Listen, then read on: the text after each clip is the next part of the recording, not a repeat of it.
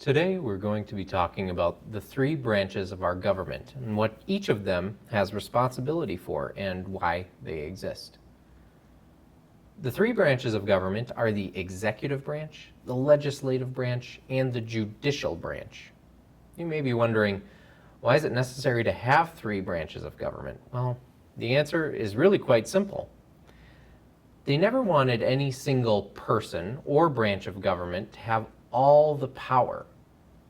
And if they did, it could end up being a monarchy or a form of government with one ruler or one king or queen.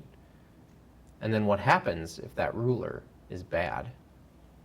So each of the three branches has a specific duty to perform. The legislative branch makes laws. The judicial branch judges laws, and the executive branch enforces laws. Let's start with the legislative branch. The word legislative comes from the Latin word legis, which means law.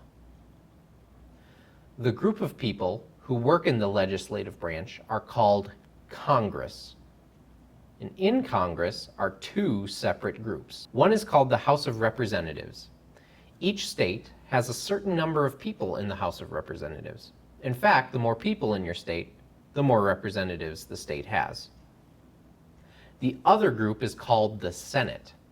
The Senate has 2 people in it per state. So Minnesota has 2 senators out of 100 total for the country because there are 50 states. The judicial branch is where laws are judged in the highest court of law in the United States.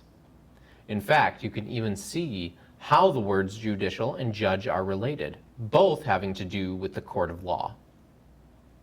The judicial branch is made up of many courts, but the most famous and most powerful of the courts is the Supreme Court. The Supreme Court has 9 judges called justices, and they determine whether or not a law meets the standards of the Constitution, the document that you learned about last week. Finally, the last branch of government is the executive branch. This is the branch of government that enforces laws or executes laws. This branch has the power to pass or reject laws made by Congress. The person who you are most likely to recognize serves on this branch. The head of the executive branch is the President of the United States.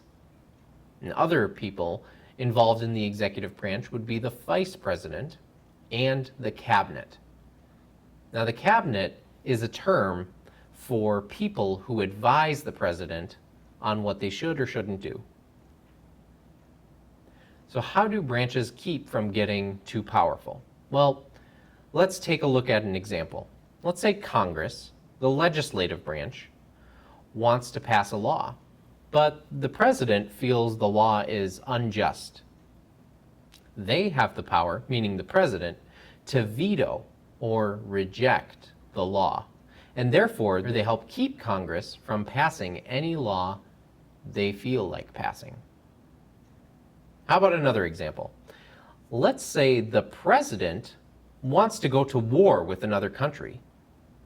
The President can't declare war on another country without getting approval from Congress.